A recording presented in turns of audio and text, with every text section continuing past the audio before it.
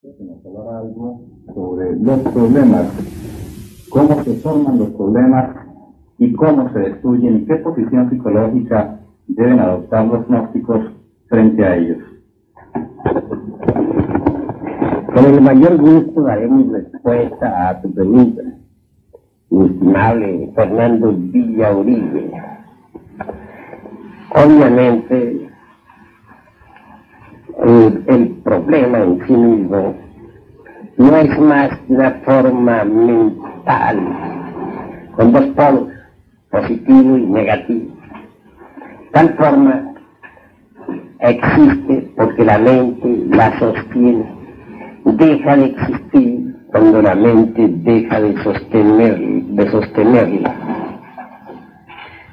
Nosotros no debemos tratar de resolver problemas. Necesitamos disolverlos. Un problema se disuelve cuando se olvida. El hecho es el hecho. El problema es algo diferente. No hay que confundir al hecho con el problema. Desafortunadamente, la gente, debido al temor, que es el peor enemigo de la humanidad, no abandonan el problema. Si las gentes no tuvieran temor, dejarían de sostener con la mente el problema. No olvidaría. Obviamente la sucesión de efectos y causas mecánicas continuarían y algún desenlace tendría, pero el problema dejaría de existir. Que se necesita cierto valor, es verdad, pero ¿de qué sirve un problema? Si nosotros analizamos bien todo el proceso de surgimiento de los problemas, veremos lo siguiente. La causa causal de tal o cual problema existe en la identificación. Cuando uno se identifica con esto o aquello, con tal o cual evento, con tal o cual suceso o acontecimiento, entonces viene el problema. Lo curioso es ese batallar de antítesis del problema. Obviamente, el resultado es la preocupación. Si nosotros analizamos la preocupación en sí misma, veremos que es eminentemente destructiva. El centro emocional alterado pone a trabajar en forma desordenada al centro intelectual y también excita en forma inarmónica las actividades del centro motor. Si observamos a una persona preocupada, veremos en su entrecejo rugoso, en el movimiento de sus manos, etc. La pésima actividad del centro motor. Obviamente este marcha en forma desordenada. Y en la mente no hay duda de que hay un batallar de antítesis espantoso. Podría decirse de una preocupación ocasionada por un problema, que es un verdadero caos dentro de nosotros mismos. No tiene orden, no lleva una dirección definida. Tres centros, pues, están activos durante la preocupación: el emocional, el intelectual y el motor. Y esto es gravísimo. Indiscutiblemente, el desgaste psíquico y fisiológico ocasionado por la preocupación suele ser espantoso. Las graves preocupaciones traen úlceras al estómago, daños al cerebro, etcétera, etcétera, etcétera. Personas demasiado preocupadas por lo común tienen pésima digestión. Se altera el funcionalismo digestivo. La preocupación arruina todo el fondo vital del organismo. Y en general, todo el organismo humano. Interesante es aprender a eliminar las preocupaciones. Cuando uno logra someter a ese par de elefantes que tenemos en nuestro organismo, que son el centro intelectual y el centro motor, obviamente la batalla está ganada. Porque este par de elefantes pueden someter al centro emocional, en cuyo caso la preocupación cesa. Sucede que cuando estamos muy preocupados, obviamente nos hemos olvidado de sí mismos, de nuestro propio ser interno. Durante la preocupación uno se encuentra identificado con el problema. No tiene uno tiempo para pensar en otra cosa que no sea en el problema. Y ahí viene esa horrible preocupación. Quien quiera, pues, eliminar la preocupación,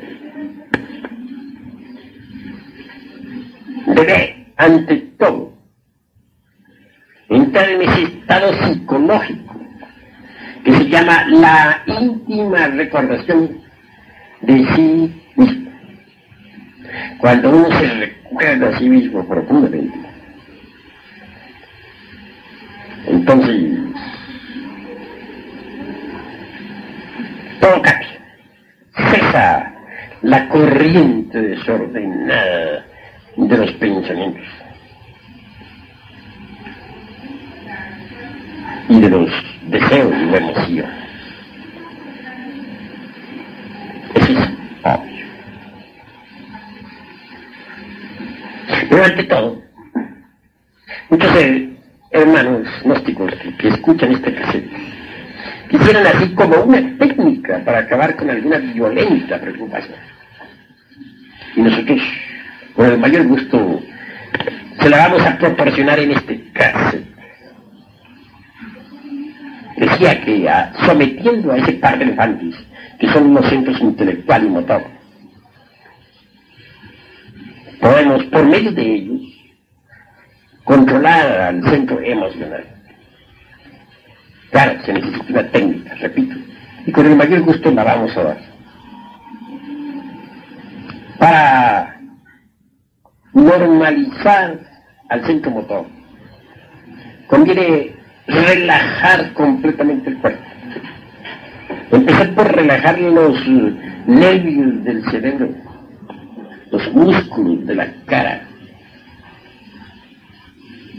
todas esas comisuras de los labios, el cuello, los brazos, las manos, tronco, estómago, las piernas, los pies. Y respirar honda y profundamente.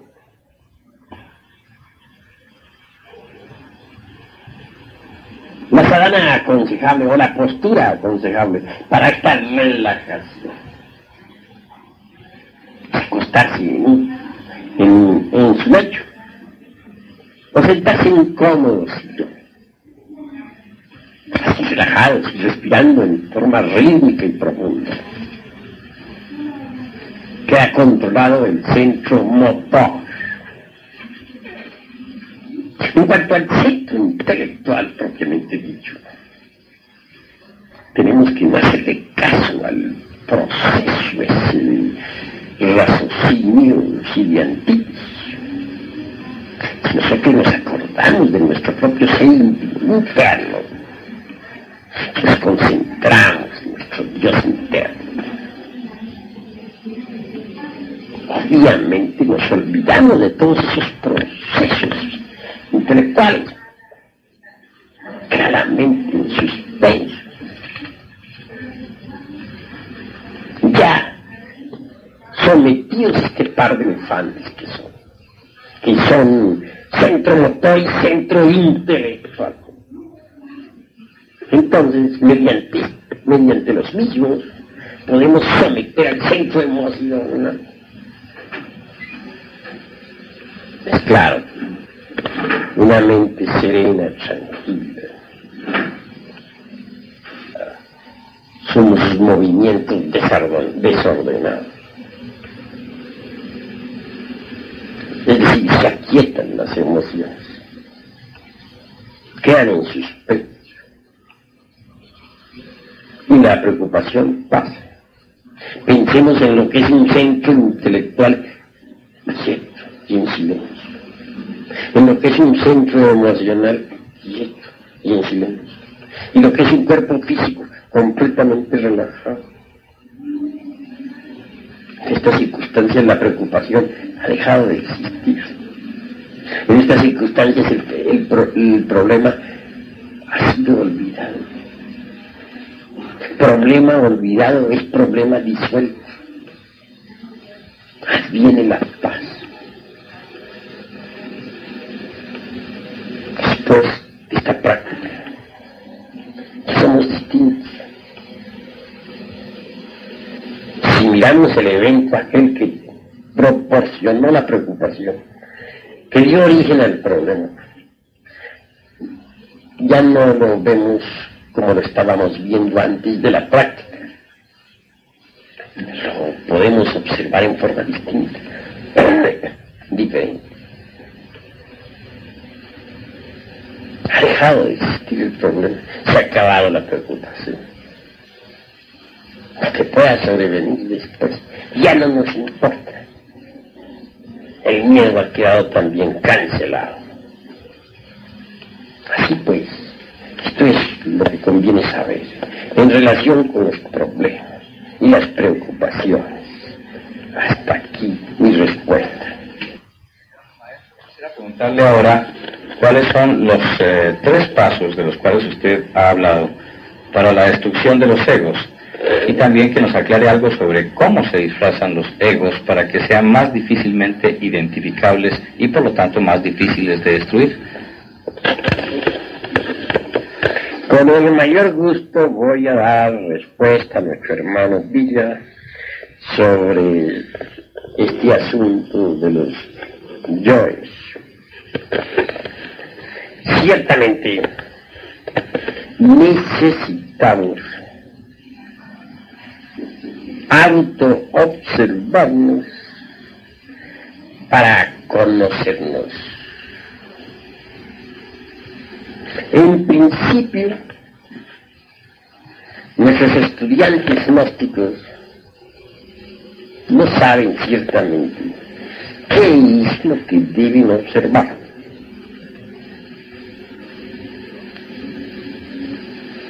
Cuando se comienza la autoobservación, todo resulta caótico. No se tiene todavía la práctica. Aparece nuestra psiquis confusa. Conforme nosotros vamos desarrollando el sentido de la autoobservación a través del mismo ejercitamiento práctico, comenzamos también a percibir vagamente algo de nosotros mismos, que antes no conocíamos. Posiblemente descubramos que tenemos un defecto que antes nunca sospechábamos. Tal vez la mala voluntad hacia algo, posiblemente un deseo inferior o una emoción negativa, o cualquier otro defecto psicológico. Cuando uno realmente ya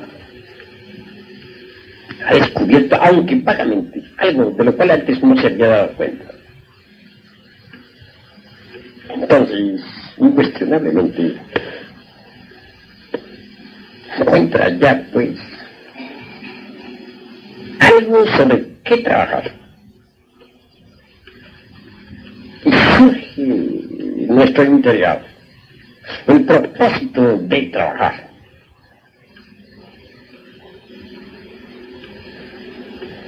¿Cómo podría surgir tal propósito si no hubiese algo sobre qué trabajar? Solo sabiendo sobre qué debemos trabajar puede nacer en nosotros el incentivo, es decir, el propósito de trabajar. Lo curioso es que viendo al ver algo, al descubrir ese defecto, a comprender también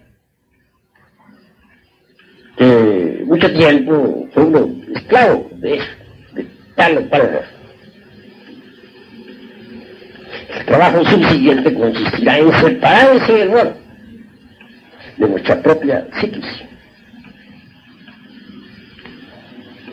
Siempre estuvimos bajo ese error. Ahora separarlo es lo fundamental.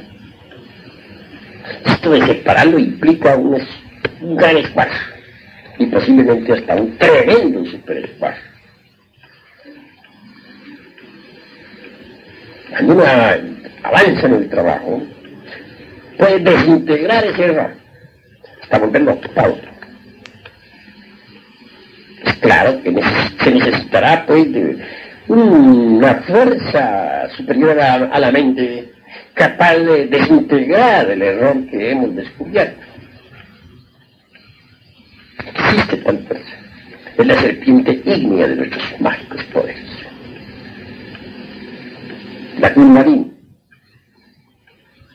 ese fuego serpentino anular que se desarrolla en el cuerpo de la Zeta y que citan tantos sabios orientales, el fuego superastral, un fuego solar, convenientemente dirigido contra el yo psicológico que personifica el error descubierto por nosotros en nuestro interior. Viene naturalmente a desintegrarlo, a pulverizarlo, para liberar esencia. Ahora bien, en la cuestión esta del autodescubrimiento, necesitamos ser didácticos, necesitamos observar cuidadosamente el comportamiento del error, o mejor dijéramos del yo psicológico que personifica el defecto. En cada uno de esos tres centros llamados intelectual, emocional y motor. Cualquier defecto está personificado por algún yo psicológico. Una es la forma como se expresa en el centro intelectivo. Otra, el modo como se comporta en el centro emocional situado en el corazón. Y otra, la manera como se comporta en los centros motor, instintivo y sexual.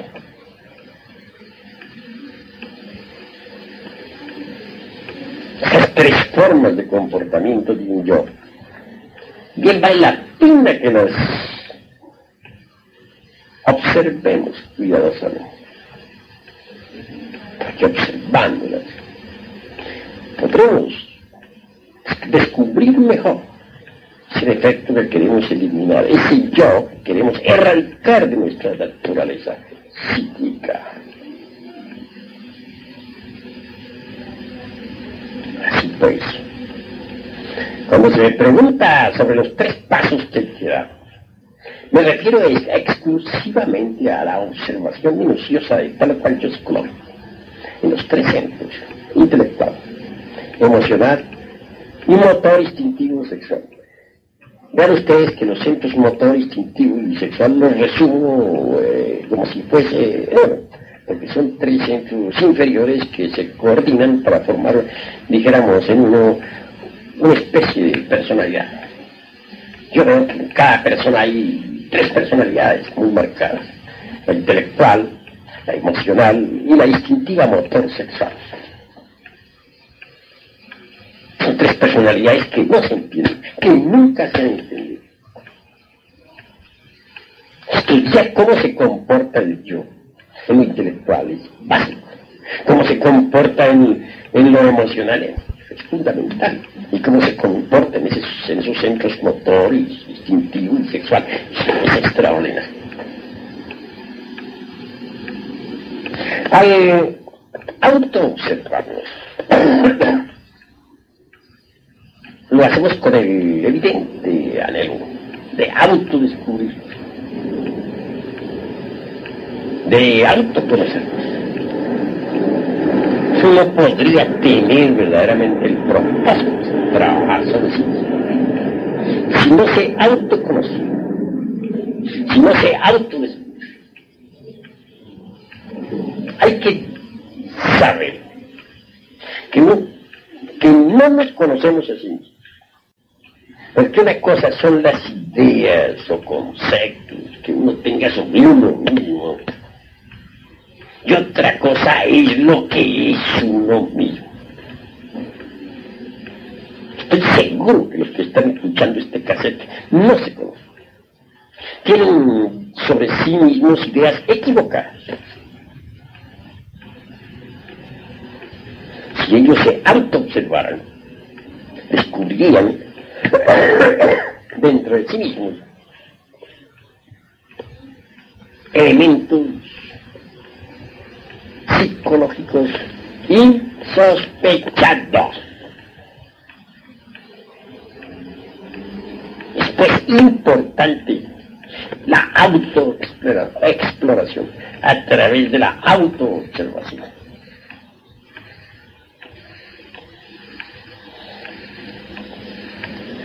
Naturalmente que se necesita el propósito de trabajar sobre uno mismo si se quiere un cambio radical, interior, profundo.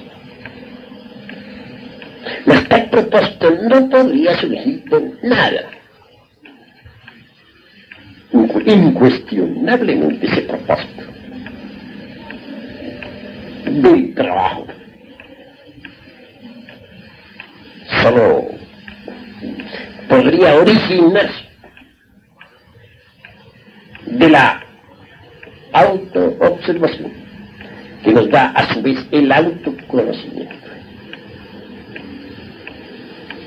Cuando uno descubre mediante la autoobservación la existencia de tal o cual elemento indeseable, siente en sí mismo la necesidad de un propósito. Claro, aquí sí. Surge en uno el propósito de erradicar ese elemento, esa naturaleza. Y si persevera en el propósito, pues al fin triunfa.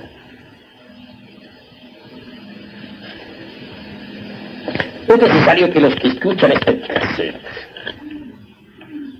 se propongan de verdad trabajar de acuerdo con las indicaciones que aquí damos. Hay, naturalmente, varias clases de propósitos en la vida. Alguien puede tener el propósito de hacer una profesión, titularse para vivir una vida en buenas condiciones económicas. Otro puede tener un propósito incipiente, cuál es el de conservar su posición, su capital, etcétera, etcétera. Como se ha dicho, es verdad, que es un propósito en la vida. Uno sería como un barco sin vela y sin motor, o sin timón. Estaría condenado al naufragio. Naturalmente que los propósitos de la horizontal de la vida son muy distintos a los propósitos de la vertical. Eso es claro. El propósito, por ejemplo, de trabajar sobre uno mismo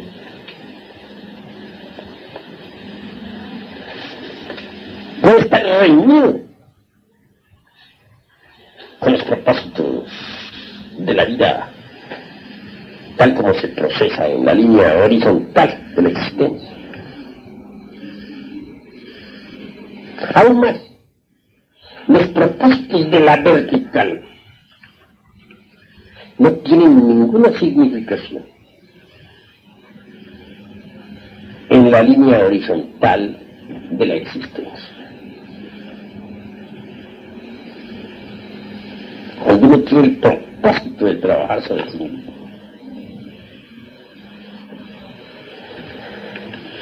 si otro conoce nuestro propósito, no le hallará sentido a la vida.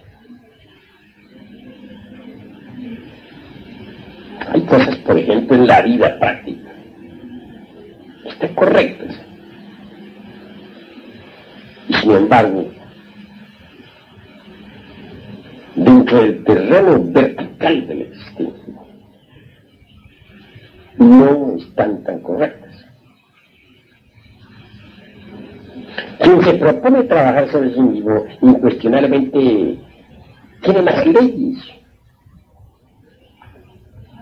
que ha sometido a otras leyes, pero no son leyes que le perjudiquen, al contrario, son leyes que le benefician y que a la larga le permiten su liberación.